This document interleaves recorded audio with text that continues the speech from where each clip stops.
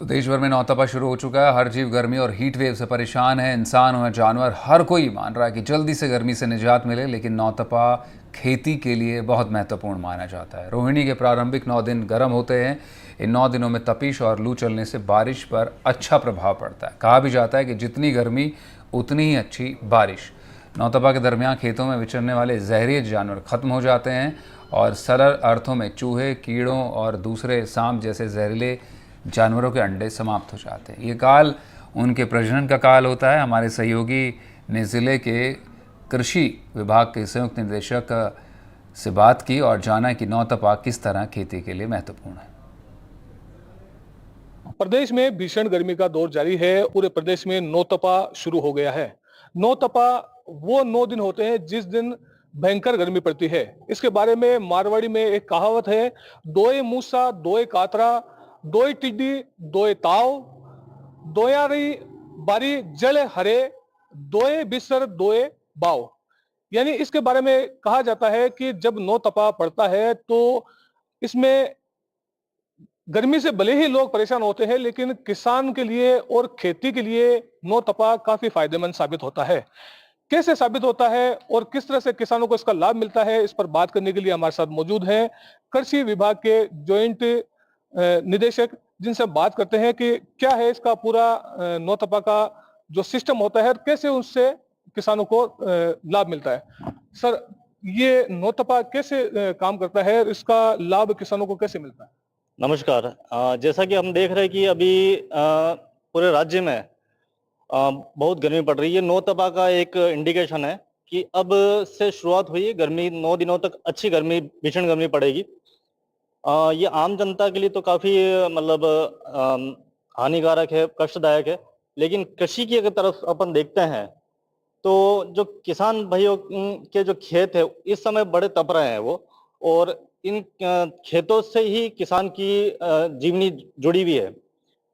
इस समय खेती की खेत में जो कीड़े होते हैं या चूहे होते हैं या कातरा होता है, या पुरानी फसलों के अंदर पुरानी फसलों के जो बीज है या खरपतवारों के बीज हैं उनके अंश है, या पुरानी फसलों में कुछ कीड़ों ने जो अंडे दिए थे या उनके जो प्यूपा है, ये सब अभी उस जमीन के अंदर, उस मिट्टी के अंदर है। ये जो भीषण गर्मी है इससे इनको इनकी जो प्रजनन क्षमता है, इनकी जो आगे जीवनी है, जो हानिकारक कीट है, ये सब खत्म हो जाएगी। और आने वाले समय में जब खरीफ में जब बरसात होगी और जब फसल की बुवाई होगी तो ये जितने भी कीड़े, इंसेक्ट और जो कातरा या चूहा, ये सब कम हो जाएंगे और फसलों के लिए दूसरा किसी प्रकार का नुकसान पैदा नहीं करेंगे। इसके लिए विभाग द्वारा सभी किसान भाइयों से अनुरोध किया जाता है कि अपने खेतों की अभी गहरी जुताई करें। तो जो आपके जमीन के अंदर जितने भी कीट हैं, उनके लार्वा हैं, उनके प्यूपा हैं, जो भी सुषुप्त अवस्था में है, जो बरसात का इंतजार करके अगली फसल के ऊपर नुकसान करेंगे, वो अभी इस भीषण गर्मी में अगर अपन जुताई कर देते हैं खेत की गहरी, तो वो सब खत्म हो जाएगा। आने वाले समय में आपको जो अलग से खर्चा करना पड़ेगा दवाइयों के ऊपर, जुताई के ऊपर, वो सब कम हो जाएगा। तो ये जो नौतपा है ये कहीं ना कहीं हमारे कृषि के लिए तो काफी लाभदायक है, अगर किसान इसको समझ के गहरी जुताई करके उपयोग करता है तो। सर, अभी आपने जो बात कही उसमें आपने बताया कि जो जहरीले जो जीव जंतु है या कातरा है या चूहे हैं या कीट पतंगे हैं, वो फसलों को नुकसान पहुंचाते हैं। लेकिन अगर ये नौतपा में भीषण गर्मी पड़ेगी तो वो खत्म हो जाएंगे। जी। तो उस जो ये कैसे नुकसान पहुंचाते थे फसल का? अगर नौतपा नहीं होता तो किस तरह से फसल को नुकसान पहुंचा सकते थे ये? देखिए, सभी फसलों के अंदर सभी प्रकार के जीव जंतु विद्यमान होते हैं। सब पारिस्थितिक सिस्टम है उसके अंदर रहते हैं। जो हमारी फसलें हैं, जो हमारी पुरानी फसल थी उसमें कीट ने अपने अंडे दिए, उसके बाद उनका लार्वा बना, पतंगा बना, फिर वो कुछ समय बाद जब उसको फसल नहीं मिलती है तो वो एक प्यूपा के रूप के अंदर, एक ककून के रूप में जमीन के अंदर जाके बैठ जाते हैं। और जैसे ही उनको उचित तापमान, उचित नमी, बरसात मिलती है, अपनी फसल मिलती है, तो वहाँ पे तुरंत वो जमीन से बाहर आके फसलों में नुकसान करना और उनको प्रभावित करना शुरू करते हैं। तो ये जो नौतपा है, ये जो गर्मी का जो इतनी भीषण गर्मी पड़ रही है, अगर ये नहीं हो तो उसमें इनका जो एक प्रजनन क्षमता है वो बनी रहेगी और आने वाले सीजन के अंदर फसल के अंदर ये ज्यादा नुकसान कर पाएंगे। तो ये गर्मी है जो एक इन किसानों से हमारा मतलब किसानों को इन कीड़ों से और इन जो बीमारी के जो अंश है उससे निजात दिलाने में बहुत सहयोग करेगा। तो सर आपने जैसे बताया कि नौतपा की वजह से ये जीव जंतु खत्म हो जाएंगे जो जहरीले हैं जो फसल को नुकसान पहुंचाते हैं, और इसी परिस्थिति में अगर किसान अपनी बुआई भी कर ले और मानसून भी आने वाला है, तो पहली बरसात का उस पर फसल पर क्या प्रभाव पड़ेगा, कितना किसानों को लाभ मिलेगा? जी, बहुत अच्छी बात है। पहली गर्मी की जुताई करने से सबसे पहले तो क्या होगा कि जो फर्स्ट पहला पानी गिरेगा हमारे, वो कहीं बह के खेत से बह के दूसरे खेत से या दूसरे खेत से दूसरे गांव से होके आगे गांव में नहीं जाएगा, वो हमारे खेत में ही रहेगा। जुताई करने से जो आपकी केशिकाएं होती है, जो जमीन में जो पानी को वाष्पोत्सर्जन करती है, वो बिखर जाती है, टूट जाती है, तो जो जमीन की जो नमी होती है वो उड़ नहीं पाती है। और दूसरी जो ऊपर से जो पानी गिरता है बरसात से हमारे, वर्षा का जल, वो आगे जा नहीं पाता, वो खेत के अंदर उसी समय पहली पानी जो होती है वो गिरते ही समा जाती है। तो ये हमारी फसलों के लिए बहुत अच्छी प्रोडक्टिविटी लाता है पहला पानी। तो इसलिए गहरी जुताई किसानों को बहुत लाभदायक रहती है। सर अब आप अभी के विभाग द्वारा एक अभियान भी चलाया जा रहा है जिसमें किसानों को बीज के बारे में जानकारी दी जा रही है। तो मानसून आने वाला है, किसानों को किस तरह के बीज का उपयोग करना चाहिए और नकली जो बीज आते हैं उससे किस तरह से उनको बचाया जा सकता है? जी, वर्तमान में हमारे आयुक्त कृषि महोदय द्वारा पूरे राज्य के अंदर 15 मई से लेकर 30 जून तक गुण नियंत्रण सघन अभियान चलाया जा रहा है। इसमें राज्य के सभी जिलों में सभी आदान निरीक्षकों द्वारा, जो इंस्पेक्टर्स है उनके द्वारा, सभी निजी एवं सहकारी जो आदान विक्रेताओं के परिसर है उनका सघन निरीक्षण किया जा रहा है, जहां से किसान भाई अपने बीज, खाद, उर्वरक वगैरह क्रय करते हैं। तो ये हमारे को निर्देश है और सभी निरीक्षकों द्वारा वर्तमान में सभी जितने भी डीलर्स हैं, खाद बीज के व्यापारी हैं, उनका निरीक्षण किया जा रहा है। उनको रिकॉर्ड संधारण, बिल बुक संधारण, स्टॉक रजिस्टर संधारण करवाने के लिए पाबंद किया गया है।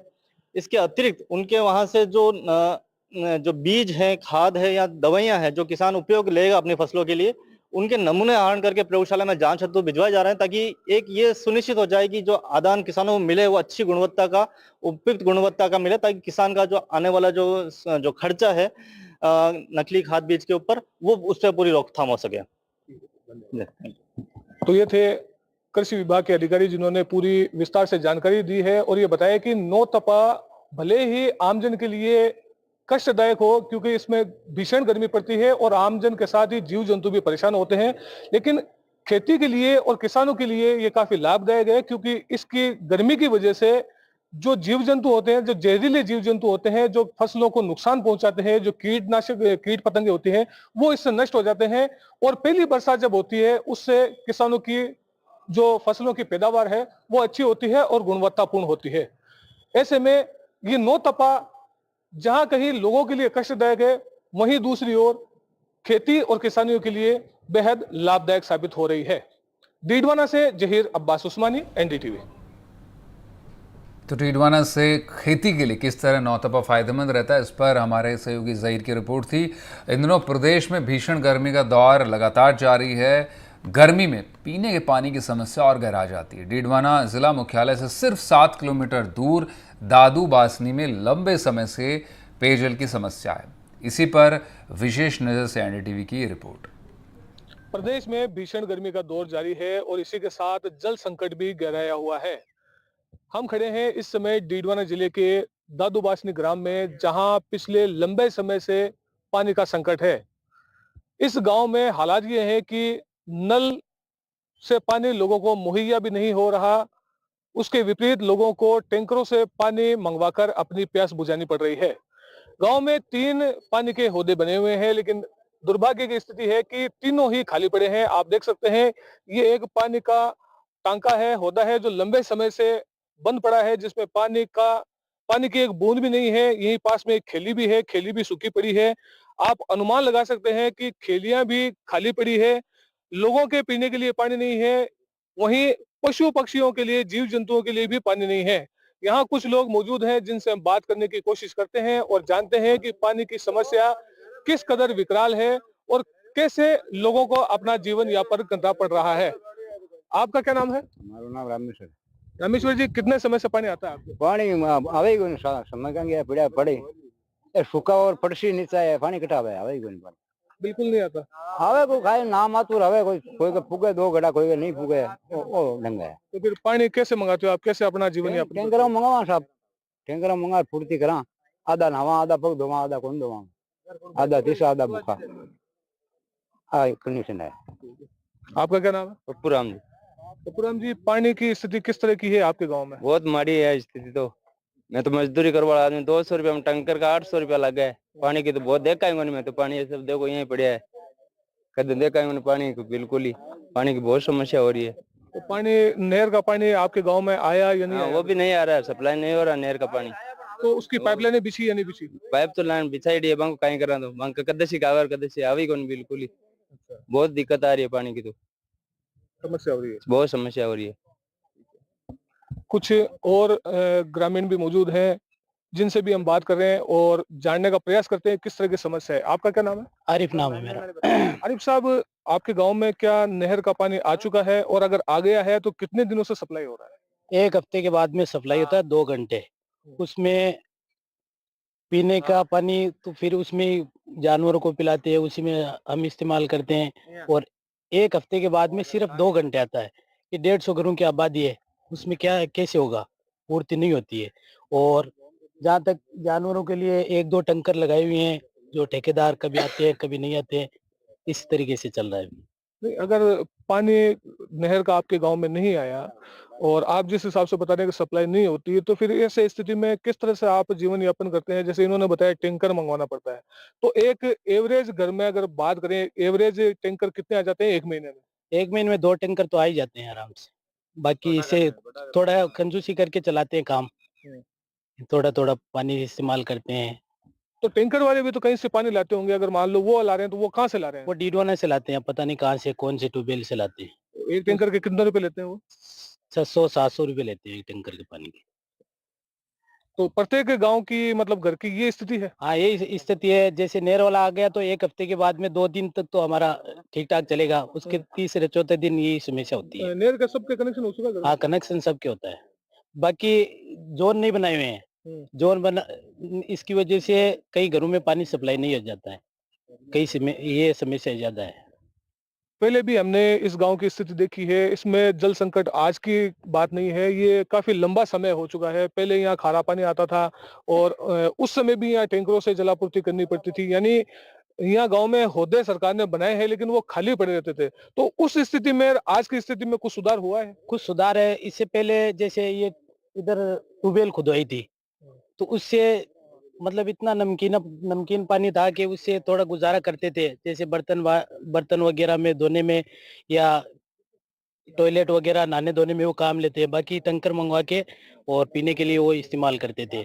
यानी कुछ पहले से कुछ स्थिति ठीक है, लेकिन फिर 100% ठीक नहीं है। इनका कहना है कि नहर का पानी आने से कुछ ही राहत मिली है, लेकिन ऐसा भी नहीं कहा जा सकता है कि ग्रामीणों को 100% राहत मिली है या पूरी तरह से उन्हें जलापूर्ति उपलब्ध हो रही है। और भी लोग हैं, इनसे भी बात करते हैं। हाँ हाँ, बता रहे कुछ? बाकी एक लाइनमैन की दिक्कत है हमारे। लाइनमैन जैसे भेदभाव करता है। कई गांव में तो पानी ठीक-ठाक जाता है, हमारे गांव में ठीक-ठाक नहीं देता है। कई में एक वाल कौन हाँ, इसकी शिकायत जैन एक्शन साहब से की है और ठेकेदार से की है, लेकिन कोई हमने बोला हमारे पास लाइनमैन की उपलब्ध है लाइनमैन, उसकी जगह ये लगा दो, लेकिन वो सुनाई नहीं कर रहे हैं। बोले लाइनमैन ये रहेगा, ये बात है। आप क्या कहेंगे? जैसे इन्होंने बताया, इस ऐसी हालात है या कुछ सुधार हुआ है? नहीं, कुछ भी सुधार नहीं है। पहले से थोड़ा बहुत 20% सुधार है पानी में। जैसे पहले हम खारा पानी इस्तेमाल करते थे ये ट्यूबवेल से, तो उसमें अब मीठा पानी आया है, तो उसमें पीने के लिए थोड़ा पानी मिल रहा है। फिर भी 1-2 टैंकर तो दिनवाने से मंगवाने ही पड़ते हैं। प्रति टैंकर 600-700 रुपये लेते हैं। छोटा घर हो तो, बड़ा घर में 5-6 टैंकर लग जाते हैं, तो उस एवरेज 3-4 हजार रुपये का पानी आ जाता है। 3-4 हजार का केवल पानी आता है बड़ा घर में, और छोटा घर में लगभग 1500 रुपये का पानी आ जाता है। तो ऐसी स्थिति में अगर कोई गरीब परिवार का व्यक्ति है, वो कैसे जीवन यापन करेगा फिर? वो गरीब परिवार का व्यक्ति तो किसी से पैसे उधार लेके वो पानी मंगवाएगा, फिर क्या करेगा? इधर उधर से कुछ करना ही पड़ेगा उसको जुगाड़, तो पानी पीने के लिए चाहिए। तो पानी की जो समस्या है, उसको लेकर जलदाय विभाग के अधिकारियों को आपने कोई जानकारी दी या समस्या समाधान की कोई मांग की आपने? हम तो जैसे पानी इससे पहले जो लाइनमैन था उससे ठीक आ रहा था पानी। अब लाइनमैन की थोड़ी सी गड़बड़ी है, तो हम जैन साहब वगैरह के पास जाके आए थे। उनको बोला कि हमने लाइनमैन चेंज कर दो, तो अभी तक तो लाइनमैन चेंज किया नहीं। अगर वो लाइनमैन चेंज हो जाए तो उससे कुछ पानी में राहत मिल सकती है। पानी की स्थिति बेहद विकराल है, लोगों को पर्याप्त पानी उपलब्ध नहीं हो रहा है, जिससे लोगों को टैंकरों से पानी मंगवाने को मजबूर होना पड़ रहा है। इसके बावजूद भी उनकी जो मांग है और आपूर्ति है उसका अंतर जो है वो साफ तौर पर देखा जा सकता है। लोगों को पर्याप्त पानी उपलब्ध नहीं होने के कारण टैंकरों से पानी मंगवाना पड़ रहा है, जो न केवल उनकी जेब पर भारी पड़ रहा है बल्कि संकट को और भी बढ़ा रहा है। ऐसे में सरकार को चाहिए कि ग्रामीण क्षेत्रों की ओर ध्यान दे और नहरी पानी का जो तंत्र है उसको सुदृढ़ किया जाए, ताकि घर घर जल पहुंच सके और लोगों को समुचित और पर्याप्त मात्रा में जल उपलब्ध हो सके। डीडवाना से जहीर अब्बास उस्मानी, एनडीटीवी।